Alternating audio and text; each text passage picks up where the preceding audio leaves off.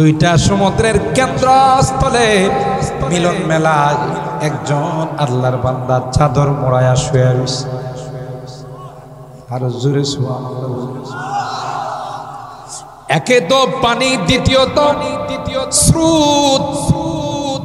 এই স্রোতের মাঝখানে চাদর মোড়ায়া ওখানে শুয়ে আছেন আল্লাহর পয়গম্বর হযরত মুসা আলাইহিস সালাম।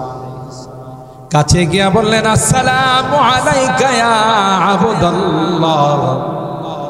ওগো আল্লাহর গোলাম, আল্লাহর বান্দা, আপনার উপরে সালাম। তাফসীরের কিতাব খুলে দেখুন, ওই আল্লাহর বান্দা চাদর মুখের থেকে সরায় না। চাদর দেওয়া আছে মুখের মধ্যে, এখনো চেহারাটা খুলে দেখেন নাই। কে আসছে, কে আমাকে সালাম দিল? চাদরের ভিতর থেকে তিনি বললেন, ওয়া আলাইকাস সালাম ইয়া মুসা নবী আল্লাহ। এ বনি ইসরাইলের পয়গম্বর মুসা, তোমার সালামের জবাব দিন। সুবহানাল্লাহ। হযরত মুসা পয়গম্বর প্রথমে বললেন, আপনার সঙ্গে তো জীবনে কোনোদিন আমার দেখা হয় নাই, জীবনে কোনোদিন কথা হয় নাই, এই তো জীবনের ফার্স্ট, সর্বপ্রথম। আপনি কি করে জানলেন আমি যে বনি ইসরাইলের পয়গম্বর মুসা? তিনি তখন জবাব দেয়, আমি যে সমুদ্রের কেন্দ্রস্থলে শুয়ে আছি তোমাকে কে জানাইল? যিনি তোমাকে পথ, লোকেশন তোমাকে দেখাইল, পথ প্রদর্শন করছেন, তিনি আমাকে জানিয়ে দিয়েছেন যে বনি ইসরাইলের পয়গম্বর মুসা আপনার কাছে শিক্ষা অর্জন করার জন্য আসবে। আমার ভাইরা, হযরত মুসা পয়গম্বর অ্যাপ্লিকেশন করলেন, দরখাস্ত করলেন। ক্বালা হাল আত্তাবিউকা আলা আন তুআল্লিমানি মিম্মা উল্লিমতা রুশদা। হুজুর, আপনার নিকট অনেক দূর থেকে সফর করে আসছে, অনেক কষ্ট করে আসছে। আল্লাহ আপনাকে যে আসমানি ইলম দিয়েছে, যে বিদ্যা দিয়েছে, আমাকে কি সেটা শিক্ষা দিবেন? চাদরের ভিতরে যিনি শুয়ে আছেন তিনি বললেন, ক্বালা ইন্নাকা লান তাসতাতিআ মাইয়া সাবরা।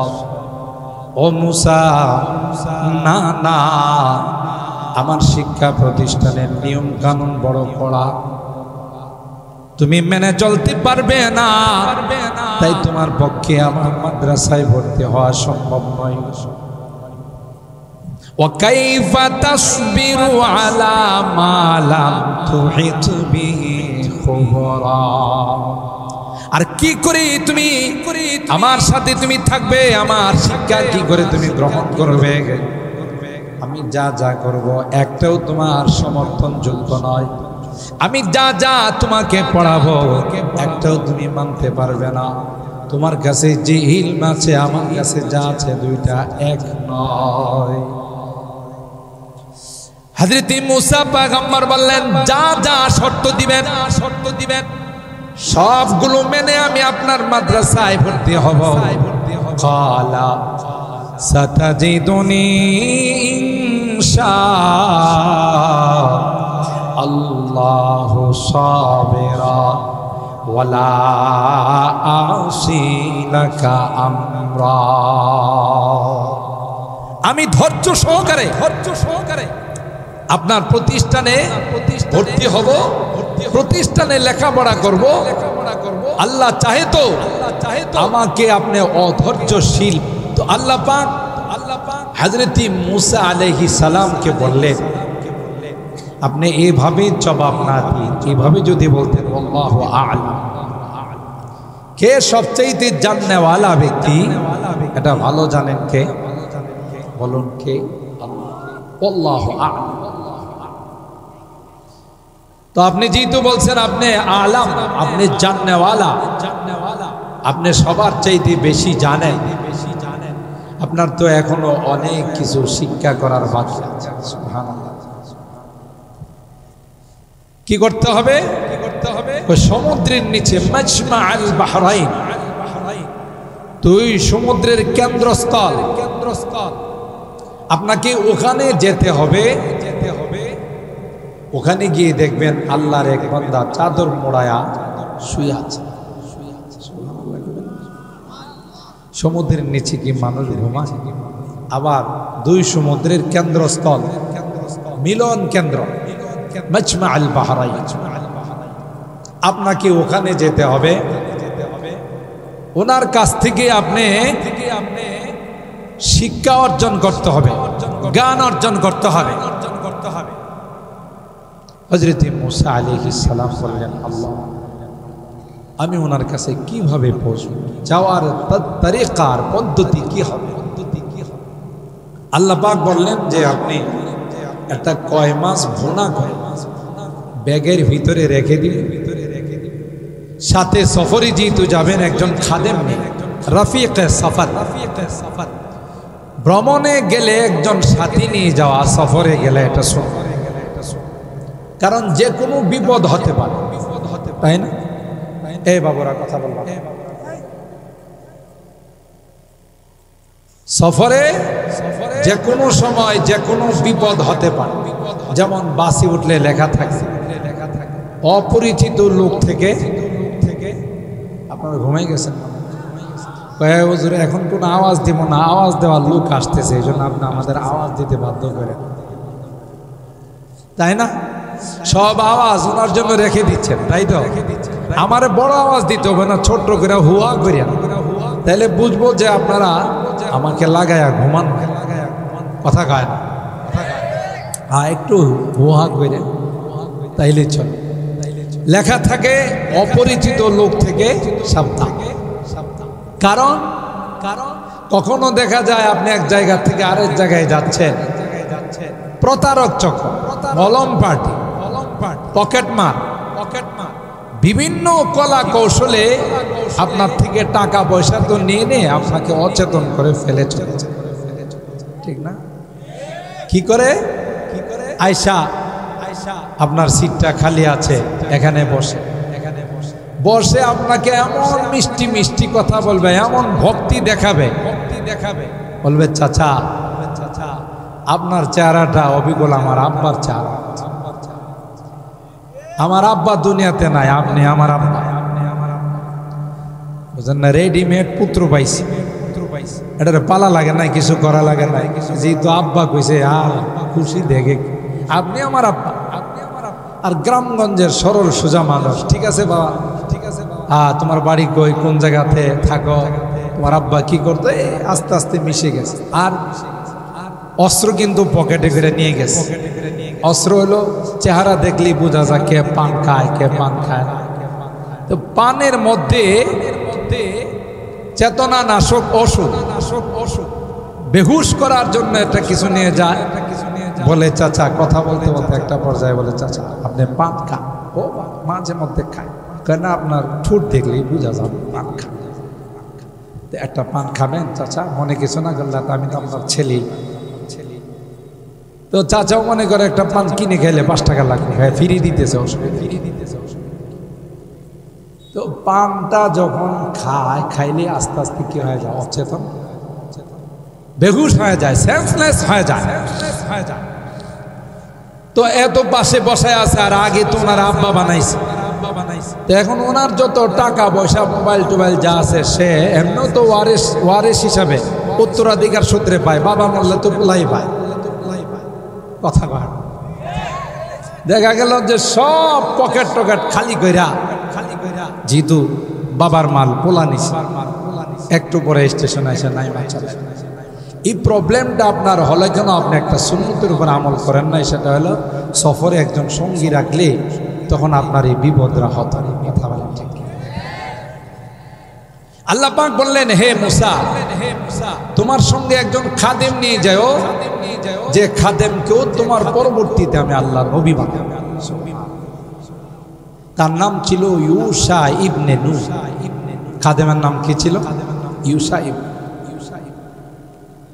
হযরত মুসা আলাইহিস সালাম খাদেমকে নিয়ে ব্যাগের মধ্যে প্রয়োজনীয় খাদ্য সামগ্রী আর ওই যে ভুনা করা কই মাছ নিয়ে সমুদ্রের কিনারায় কুলে কুলে হাঁটতেছেন, সফর করতেছেন। আর আল্লাহ পাক বলছেন যেখানে গিয়ে ওই মাছটা জিন্দা হয়ে যাবে, জিন্দা হয়ে সমুদ্রের পথে চলে যাবে, সেই পথ অনুসরণ করে আপনি লাস্ট অফিস যেখানে হবে ওখানে গিয়ে ওই প্রিন্সিপালকে আপনি পাবেন। وَإِذْ قَالَ مُوسَى لِفَتَاهُ لَا أَبْرَحُ حَتَّى أَبْلُغَ مَجْمَعَ الْبَحْرَيْنِ أَوْ أَمْضِيَ حُقُبًا। হযরত মুসা কালিমুল্লাহ ওই যুবককে বললেন, যার নাম ছিল ইউশা ইবনে নূন, চলো রে সফরের মধ্যে যাব, তোমাকে নিয়ে সফর করব। আমরা দুইজন সফর করব আল্লাহর হুকুম মতো ওই জায়গাতে যেখানে গিয়ে কয় মাছ জিন্দা হয়ে যাবে সেই রাস্তা অনুসরণ করে আমাদের টার্গেট পর্যন্ত আমরা পৌঁছে যাব।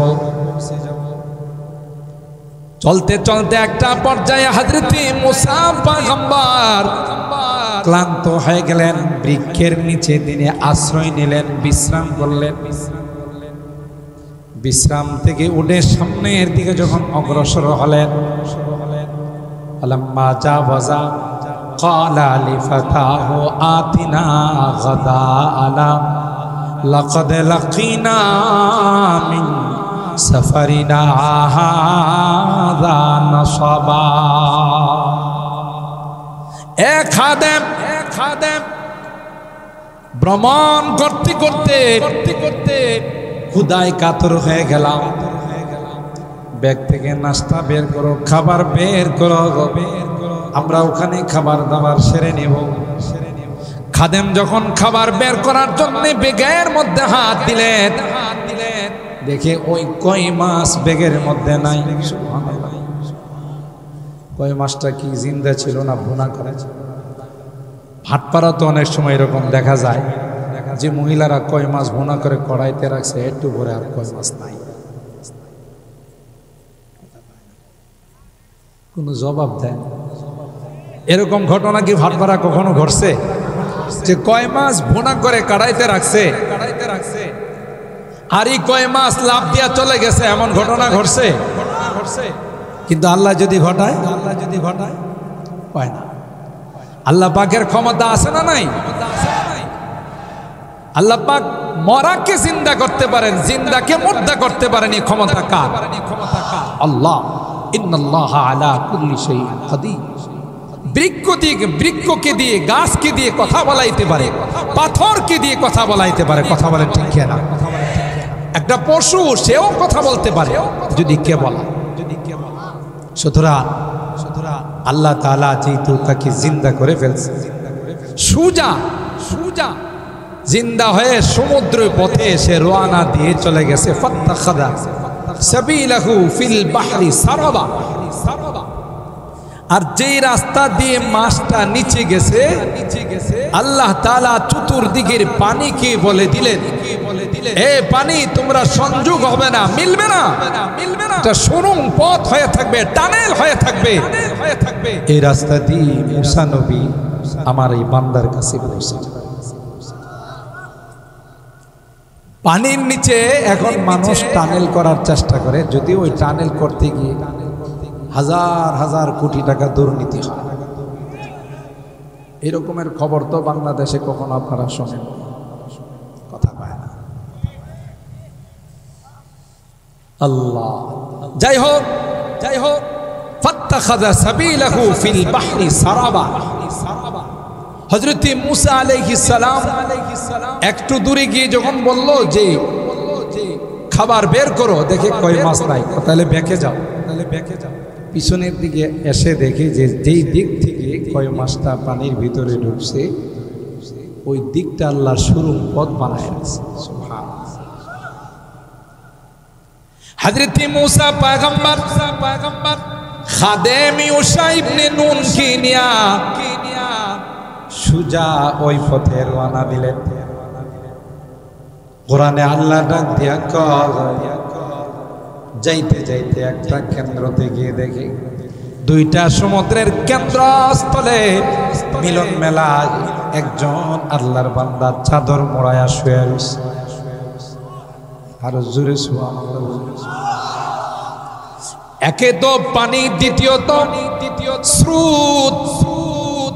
এই স্রোতের মাঝখানে চাদর মোড়ায়া ওখানে শুয়ে আছেন আল্লাহর পয়গম্বর হযরত মুসা আলাইহিস সালাম। কাছে গিয়া বললেন, আসসালামু আলাইকা ইয়া আবুদাল্লাহ। ওগো আল্লাহর গোলাম, আল্লাহর বান্দা, আপনার উপরে সালাম। তাফসীরের কিতাব খুলে দেখুন, ওই আল্লাহর বান্দা চাদর মুখের থেকে সরায় না। চাদর দেওয়া আছে মুখের মধ্যে, এখনো চেহারাটা খুলে দেখেন নাই।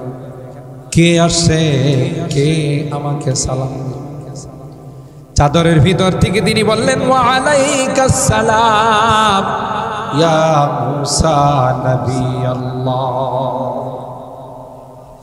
এ বনি ইসরাইলের পয়গম্বর মুসা, তোমার সালামের জবাব দিন। সুবহানাল্লাহ।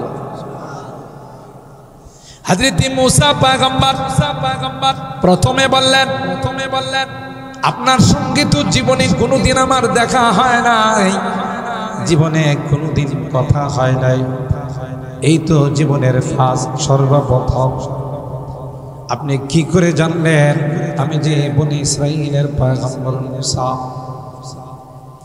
তিনি তখন জবাব দেয়, আমি যে সমুদ্রের কেন্দ্রস্থলে শুয়ে আছি তোমাকে কে জানাইল? যিনি তোমাকে পথ লোকেশন তোমাকে দেখাইল, পথ প্রদর্শন করছেন, তিনি আমাকে জানিয়ে দিয়েছেন যে বনি ইসরাইলের পয়গম্বর মুসা আপনার কাছে শিক্ষা অর্জন করার জন্য আসবে। আমার ভাইরা, হযরত মুসা পয়গম্বর অ্যাপ্লিকেশন করলেন, দরখাস্ত করলেন। ক্বালা হাল আত্তাবিউকা আলা আন তুআল্লিমানি মিম্মা উল্লিমতা রুশদা। হুজুর, আপনার নিকট অনেক দূর থেকে সফর করে আসছে, অনেক কষ্ট করে আসছে। আল্লাহ আপনাকে যে আসমানি ইলম দিয়েছে, যে বিদ্যা দিয়েছে, আমাকে কি সেটা শিক্ষা দিবেন? চাদরের ভিতরে যিনি শুয়ে আছেন তিনি বললেন, ক্বালা ইন্নাকা লান তাসতাতিআ মাইয়া সাবরা। ও মুসা, না না, আমার শিক্ষা প্রতিষ্ঠানের নিয়ম কানুন বড় কড়া, তুমি মেনে চলতে পারবে না, তাই তোমার পক্ষে আমার মাদ্রাসায় ভর্তি হওয়া সম্ভব নয়। ওয়া কাইফা তাসবিরু আলা মা লাম তুহিত বিহি খুবরা। আর কি করে তুমি আমার সাথে তুমি থাকবে, আমার শিক্ষা কি করে তুমি গ্রহণ করবে? আমি যা যা করব একটাও তোমার সমর্থনযোগ্য নয়। আমি যা যা তোমাকে পড়াবো একটাও তুমি মানতে পারবে না। তোমার কাছে যে ইলম আছে আমার কাছে যা আছে দুইটা এক নয়। হযরত মুসা পয়গম্বর বললেন, যা যা শর্ত দিবেন সবগুলো মেনে আমি আপনার মাদ্রাসায় ভর্তি হব। ক্বালা সাতাজিদুনি ইনশাআল্লাহু সাবিরা ওয়ালা আসি লাকা আমরা। আমি ধৈর্য সহকারে আপনার প্রতিষ্ঠানে ভর্তি হব, প্রতিষ্ঠানে লেখাপড়া করব। আল্লাহ চাহে তো আমাকে আপনি অধৈর্যশীল পাবেন না, আমি অঙ্গীকার পেশ করব। সুবহানাল্লাহ। আমার ভাইরা, এরপরে ঘটনা অনেক লম্বা ঘটনা সামনে বুঝা গেল ইলমে দ্বীন অর্জন করা। আমি 4খানা আয়াত থেকে 66 থেকে 67, 68 এবং 69 নম্বর আয়াত পর্যন্ত শুধু তর্জমাটা আপনাদের খেদমতে পেশ করলাম। এতে বোঝা গেল ইলমে ওয়াহি, ইলমে দ্বীন, আসমানি কিতাবের ইলম, এটা যতদিন পর্যন্ত জীবিত থাকবে ততদিন পর্যন্ত এই শিক্ষার সময় শেষ হবে না। আর পৃথিবীর মধ্যে সবচাইতে দামি বিদ্যা, সবচাইতে দামি শিক্ষা হলো কোরআন হাদিসের শিক্ষা। কথা বলে ঠিক না? আমি তো আমার অনেক বয়ানে বলি ইন্টারন্যাশনাল ভাষা যদি হওয়ার যোগ্যতা কোনো ভাষার থাকে সেটা হলো আরবি ভাষা। কারণ আরবি ভাষা সেই রুহের জগতে ছিল। আরবি ভাষা মার পেটের জগতে ছিল, দুনিয়ার জগতে আছে, কবরের জগতেও থাকবে, জান্নাত পর্যন্ত আরবি ভাষা থাকবে। কথা বলেন ঠিক না? তাইলে যেই ভাষা আগেও ছিল, এখনো আছে, ভবিষ্যতেও থাকবে, সেটা কি ইন্টারন্যাশনাল ভাষা হওয়ার দাবি রাখে? না যেই ভাষা উড়ে এসে জুড়ে বসছে সেটা দাবি রাখে? ইংলিশ বর্তমান বিশ্বের ইন্টারন্যাশনাল ভাষা। মুসলমানের হাতে যদি ক্ষমতা থাকতো তাহলে পৃথিবীর সবচাইতে দামি ভাষা ইন্টারন্যাশনাল ভাষা হতো কোরআনের ভাষা। কথা বলেন ঠিক কিনা? কোরআনের ভাষা হতো সবচাইতে দামি ভাষা। এই জন্য আল্লাহ পাক রব্বুল আলামিন তার হাবিবে পাকের জুবান দিয়ে গোটা বিশ্বের মানুষকে জানিয়ে দিয়েছেন যে আপনি জানিয়ে দেন খায়রুকুম মান তাআল্লামাল কুরআন ওয়া আল্লামা। যারা কোরআন পড়ে এবং পড়ায় এরাই হলো পৃথিবীর শ্রেষ্ঠ সন্তান। সুবহানাল্লাহ। এই ঘোষণা কে দিয়েছেন? আল্লাহ। কার মাধ্যমে? তার হাবিবে পাকের। পৃথিবীতে যারা যত নামি দামি ভার্সিটিতে লেখাপড়া করো, ক্যামব্রিজ বলেন, অক্সফোর্ড বলেন, হার্ভার্ড বলেন, তাদেরকে শ্রেষ্ঠ সন্তান বলা হয় নাই। শ্রেষ্ঠ সন্তান আল্লাহর হাবিবে জুবানে মুবারক দিয়ে আল্লাহ তাআলা ডিক্লার দিয়েছেন যে আপনি জানিয়ে দেন খায়রুকুম মান তাআল্লামাল কুরআন। কোনো হাদিস নেই যে যারা জাগতিক শিক্ষা অর্জন করে তাদের পায়ের নিচে রহমতের ফেরেশতারা পর বিছাই দেয়। তাদের জন্য গোটা বিশ্বের সমস্ত প্রাণীরা দোয়া করে। একমাত্র যারা ইলমে ওয়াহি অর্জন করে, কোরআন সুন্নাহর জ্ঞান যারা অর্জন করে, শিক্ষা যারা অর্জন করে, তাদের সম্পর্কে হাদিসের মধ্যে আসছে যে তাদের পায়ের নিচে নূরের ফেরেশতারা তাদের পর বিছায়। গোটা বিশ্বের সকলে তাদের জন্য আল্লাহর কাছে দোয়া করে। সুবহানাল্লাহ। ওয়া ইন্নাল আলিম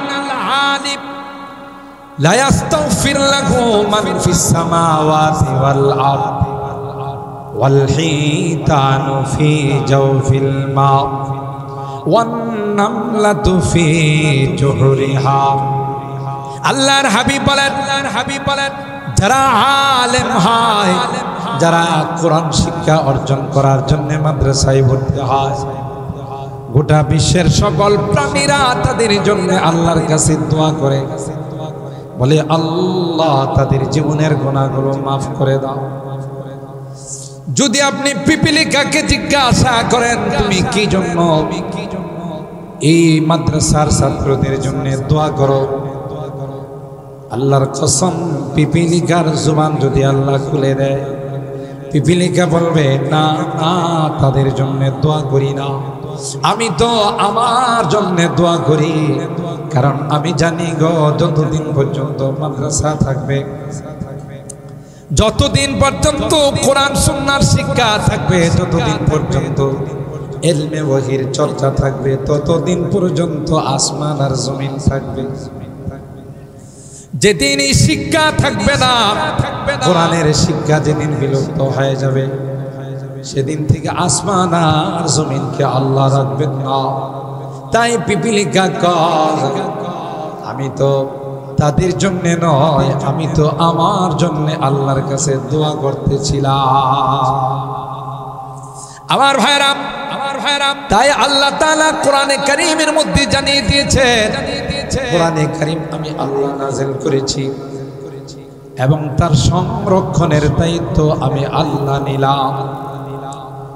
আপনারা জানেন সর্বপ্রথম আল্লাহর হাবিবের উপর হেরা গুহায় যে 5খানা আয়াত আল্লাহ নাযিল করেছিলেন সূরা ইকরা, যখন জিবরাইল আল্লাহর নবীর উপর আয়াত তিলাওয়াত করেন তখন আল্লাহর নবীর সাথে সাথে ঠোঁট নাড়াইতেছিলেন, তিলাওয়াত করতেছিলেন যেন ভুলে না যায়।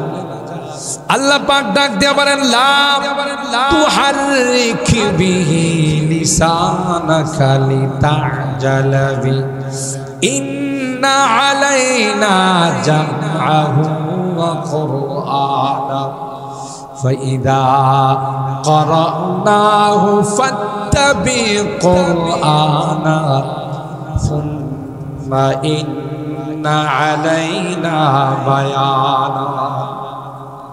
হে নবী আপনি তাড়াহুড়া করবেন না, যখন জিবরাইল আমিন তিলাওয়াত করে আপনি মনোযোগ দিয়ে সেটা শুনতে থাকেন, টেনশন করবেন না। আমি আল্লাহ আপনার সিনায় কোরআন সংরক্ষণের দায়িত্ব নিলাম। শুধু কোরআন সংরক্ষণের দায়িত্ব নয়, এই কোরআনের প্রতিটি আয়াতের কি তাফসীর হবে, কি ব্যাখ্যার বিশ্লেষণ হবে, সেটাও আমি আল্লাহ আপনাকে শিখাবো। সুম্মা ইন্না আলাইনা বায়ানা। তাই উলামায়ে কেরাম বলেন কেউ যদি কোরআনে কারীমের তাফসীর নিজের মেমোরি দিয়ে নিজের বিদ্যা দিয়ে বিবেক দিয়ে যদি কোরআনের কোনো আয়াতের তাফসীর কেউ করতে যায়, এটা গ্রহণযোগ্য তাফসীর নয়। হাদিসের মধ্যে আল্লাহর হাবিব কয় মান ফাসসারাল কুরআনা বিরাইহি ফালমাকআদাহু মিনান নার। কেউ যদি মন গড়া কোনো তাফসীর করে সেজন্য তার ঠিকানা জাহান্নামকে বানাই নেয়। মার্কেটে এমন কিছু তাফসীর আছে যে তাফসীরের লেখক মাঝে মধ্যে কোথাও তিনি বলেন যে ये तफसीर मेरे समझ में ये आती है। তো এই যে কথাটা বললাম এটা আমার বুদ্ধি বিবেক অনুযায়ী বললাম। যেই তাফসীর নিজের বুদ্ধি মতো নিজের বিবেক মতো করা হয় এটা কোনোদিন আল্লাহ প্রদত্ত তাফসীর নয়। কথা বলেন ঠিক কিনা? এটা হলো মন গড়া তাফসীর। আর মন গড়া তাফসীর যারা করবে এবং যারা পড়বে এর দ্বারা কোনোদিন হিদায়াত আসবে না। কথা বলেন ঠিক কিনা?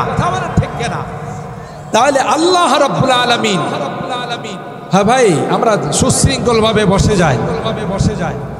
খতিবে বাঙ্গাল চলে আসবে আমাদের মাঝে, আমরা সুন্দরভাবে বসে যাই ইনশাআল্লাহ। যার অপেক্ষায় অধীর আগ্রহে আমরা বসা ছিলাম ইনশাআল্লাহ তিনি স্টেজেই চলে আসবে। আমরা সবাই যারা যেখানে আছি আমরা বসে পড়ি মাহফিলের শৃঙ্খলা বজায় রাখার জন্য, সৌন্দর্য বজায় রাখার জন্য আমরা কেউ আওয়াজ না করি। সম্মানিত সুধী, এই 2 মিনিটের মধ্যে আমার আলোচনার ফিনিশিং দিচ্ছি আমি। তাইলে বুঝা গেল এই কোরআন, এই ইসলাম তার দায়িত্ব স্বয়ং আল্লাহ নিয়েছেন। গোটা বিশ্বের সকল শক্তি আর মহাশক্তি একত্রিত হয়ে যদি চেষ্টা করে এই কোরআনের লাইটকে অফ করে দেওয়ার জন্য আল্লাহর কসম করে বলতে পারি কোরআনের লাইটকে অফ করতে পারবে না। যারা অফ করতে যাবে তারা নিজেরাই অফ হয়ে যাবে। কথা বলেন ঠিক কিনা? চেষ্টা করেছিল সেই বড় বড় বাহাদুর, বড় বড় পাওয়ারওয়ালা, সুপার পাওয়ার যারা, সুপার পাওয়ারের মালিক যারা, আমরা ইতিহাস তালাশ করলে দেখি যারাই ইসলামের লাইটকে অফ করার জন্য চেয়েছে, কোরআনের লাইটকে নিভিয়ে দিতে চেয়েছে, কোরআনের মাদ্রাসাগুলোকে বন্ধ করতে চেয়েছে। কোরআনের মাদ্রাসা বন্ধ হয় নাই, 3 দিন কোরআনের মাদ্রাসা বাড়তি আছে। কথা বলেন ঠিক কিনা? चरा गेरा के इज़्ज़त पर फरूज़ा हरा कसदम तनज़ीज़ हरा कसदम ज़नदरी शशब सूज़ा। যেই লাইট আল্লাহ জ্বালায় এটাকে যদি কেউ ফু দিয়ে ফুৎকার দিয়ে নিভাই দিতে চায় লাইট অফ হবে না। যিনি নিভাইতে যাবে সে নিজেই নিভে যাবে। কথা বলেন ঠিক কিনা? এই জন্য মুহতারাম হাজিরিন, এই ভাটপাড়া মাদ্রাসা একটি ঐতিহ্যবাহী মাদ্রাসা ব্রাহ্মণবাড়িয়ার মতো। ভাটপাড়ার মানুষ এই মাদ্রাসাকে অন্তর দিয়ে আপনারা ভালোবাসেন, মহব্বত করেন। তাই আজীবনের সাথে আমরা সম্পর্ক রক্ষা করব, আজীবন আমরা এর সাথে মহব্বত রক্ষা করব। আল্লাহ পাক রব্বুল আলামিন আমাদেরকে আজীবনের সাথে সম্পর্ক রাখার তৌফিক দান করুন, আমিন। ওয়া আখিরু দাওয়ানা আনিল হামদুলিল্লাহি রাব্বিল আলামিন। সকলেই শুকরিয়াতান বলি আলহামদুলিল্লাহ, আর একটু আস্তে বলি আলহামদুলিল্লাহ। আমি আগেই আপনাদেরকে বলেছি আজকের মাহফিলের যিনি মধ্যমণি, কারা নির্যাতিত মজলুম আলেম দ্বীন, খতিবে বাঙ্গাল হযরতুল আল্লামা জুনায়েদ আল হাবিব সাহেব আমাদের স্টেজে পৌঁছে গেছেন। আরো জোরে বলেন আলহামদুলিল্লাহ, আর একটু জোরে বলেন আলহামদুলিল্লাহ। হযরত আমাদের মাঝে তার মূল্যবান তাকরীর পেশ করবেন, নসিহা পেশ করবেন। আমরা ধৈর্য সহকারে শুনে আখরি মোনাজাত করে যাব। আল্লাহ তাআলা আমাদেরকে শেষ পর্যন্ত বসে মোনাজাত করে যাওয়ার তৌফিক দান করুন, আমিন। ওয়া আখিরু দাওয়ানা আনিল হামদুলিল্লাহি রাব্বিল আলামিন। আসসালামু আলাইকুম ওয়া রাহমাতুল্লাহি ওয়া বারাকাতুহু। সবাই একটা তাকবীর দেন, নারে তাকবীর, আল্লাহু আকবার। নারে তাকবীর, আল্লাহু আকবার। নারে তাকবীর, আল্লাহু আকবার। খতিবে বাঙ্গালের আগমন, শুভেচ্ছার স্বাগতম। খতিবে বাঙ্গালের আগমন, শুভেচ্ছার স্বাগতম।